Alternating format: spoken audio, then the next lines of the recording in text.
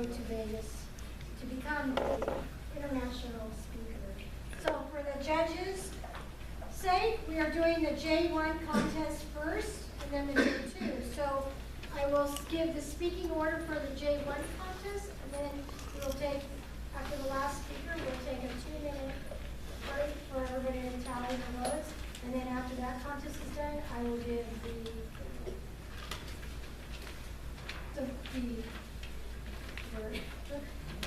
speaking order for J2. So speaking order for J1, first speaker will be CathyA Haas. Everybody has a program, right? Second speaker will be Sarah Khan. And third speaker, Rory Peters.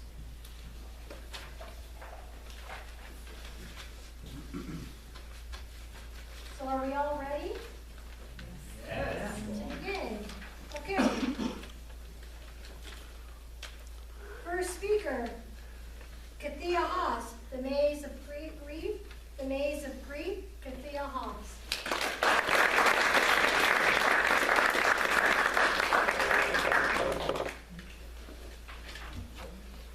Madam Toastmaster, fellow Toastmaster, honored guests. Loss.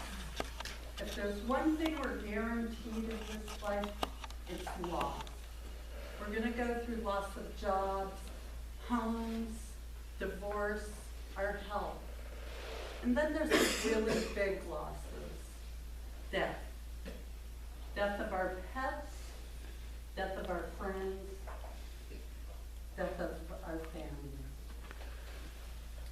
We live in a society that isn't really equipped to deal with that. We kind of want it to get over really quick. You know, if you're lucky you have a job that gives you 3 days off and that they expect you to come back, be good for work. We think that it's going to be a nice, linear way to move through grief. In 1969, Elizabeth Kubler-Ross wrote a book called On Death and Dying. She talks about the 5 stages of grief that someone facing death feels. Those stages were denial, anger, bargaining, depression, acceptance.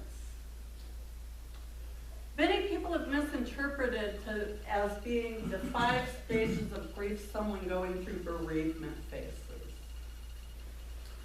And they also have misinterpreted that it's going to be in a nice, linear fashion. You're going to go through these and you'll be done grieving. If you go to the Elizabeth Kubler-Ross Foundation website, they talk about these are not the 5 stages of grief for bereavement.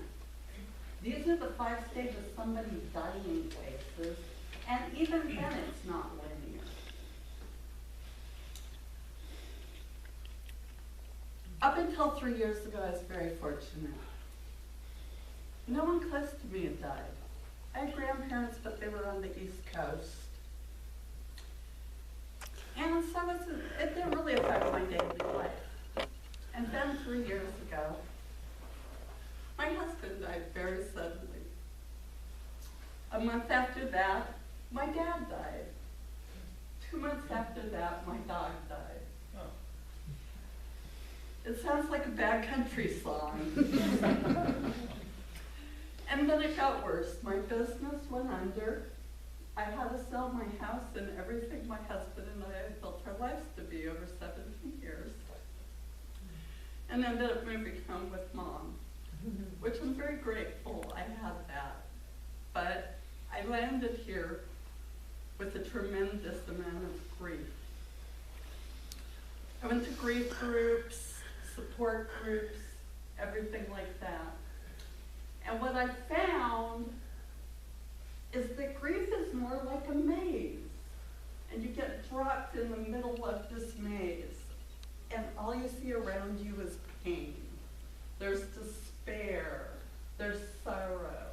There's loss. There's pain. There's guilt, remorse, regret, fear. You have a choice at that point. You can just stay where you're at and hide out and try and avoid all the pain. I didn't want to be one of those women who 10 years down the road was still mourning my husband and not living life. And I thought, I'm going to get through this. And so I just walked head first into one of those rooms. And then when it was time, I exited. Sometimes you have to spend some time in those rooms, feel the sorrow, feel the feelings, but you gotta leave it at some point. If you ever want to get out of this maze, you have to move. I got stuck in a loop with guilt, regret, and remorse. If only. Why didn't I? I got stuck there for a while, but I just kind of kept moving around and moving around. And what happened eventually as I kept moving through these rooms was some positive things started popping up. Just little tiny rooms, but a little glimmer of hope, a little glimmer of possible happiness, a moment of serenity, a moment of acceptance.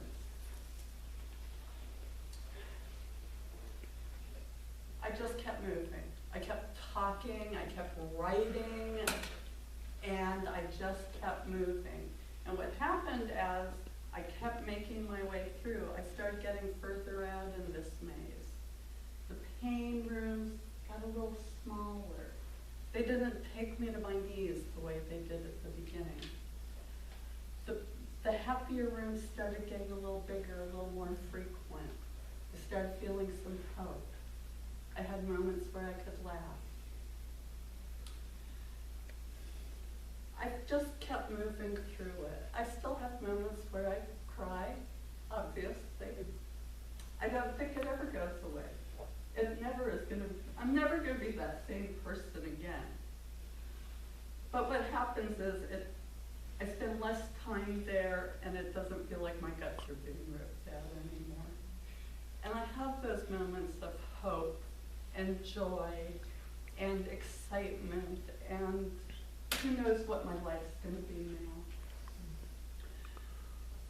When you experience loss, because we all will, and you get plunged into the middle of that maze, I hope you remember this talk.